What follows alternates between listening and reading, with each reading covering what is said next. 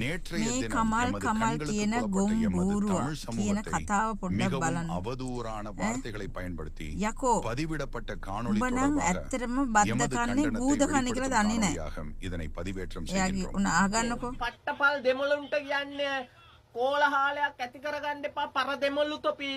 තොපිට මේ අන්තිම මූන් එක දෙන්නේ. තොපි හැඳි ගෑවිලා මක බෑවිලා ඔය කඳුත් එක්ක හේදිලා තොපි දෙබරු ඇනිලා මැරිලාම ඵලයෝ. දෙබරු ඇනිලා මැරිලා ඵලයෝ පර දෙමළු වතු කරේ ඔන්න ඔය වතු කරේ දෙමළු. அனைவருக்கும் வணக்கம்.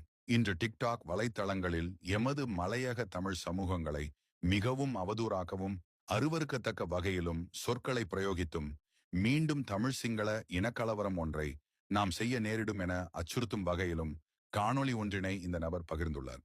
ஒரே நாடு ஒரே மக்கள் என்று எமது மதிப்பிற்குரிய ஜனாதிபதி அவர்கள் நாட்டை முன்னோக்கி கொண்டு செல்லும் இந்த தருணத்தில் இவரது வார்த்தை பிரயோகங்கள் அதற்கு முரணானதாகவும் ஏற்புடையதற்றதாகவும் காணப்படுகின்றது என்பதனை இந்த காணொளியின் ஊடாக நிச்சயமாக சுட்டிக்காட்டப்பட வேண்டியது ஒன்றாகும்.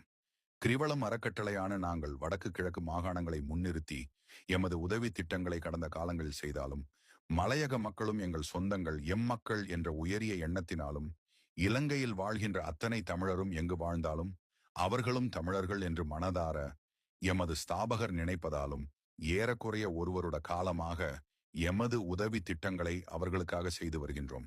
அதன் அடிப்படையில் இந்த நபர் பதிவிட்ட காணொளியினை முற்றுமுழுதாக நாம் கண்டிக்கின்றோம். எந்த ஒரு சந்தர்ப்பத்திலும் இது போன்ற ஒரு இழிவான செயலுக்கான எதிர்ப்பினை வெளிப்படுத்த நாம் பின்னிற்கப் போவதில்லை.